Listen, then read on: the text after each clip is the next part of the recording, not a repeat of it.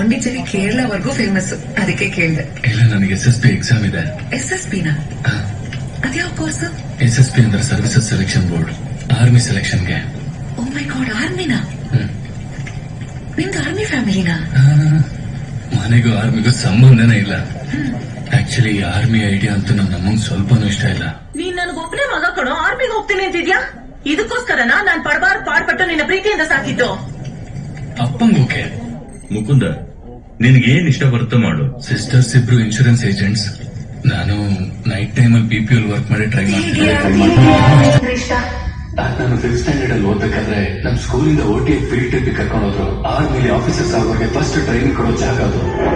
ಅಲ್ಲಿನ parade music, college parade uniform, rifle, ಅವೆಲ್ಲರ ಕತ್ತು, ಅದೆಲ್ಲ ನೋಡಿ ನನಗೆ ಡಿಸೈಡ್ ಆಗಿದೆ ನಾನು ಇಂಡಿಯನ್ ಆರ್ಮಿಗೆ ಸೇರ್ಬೇಕು ಅಂತ.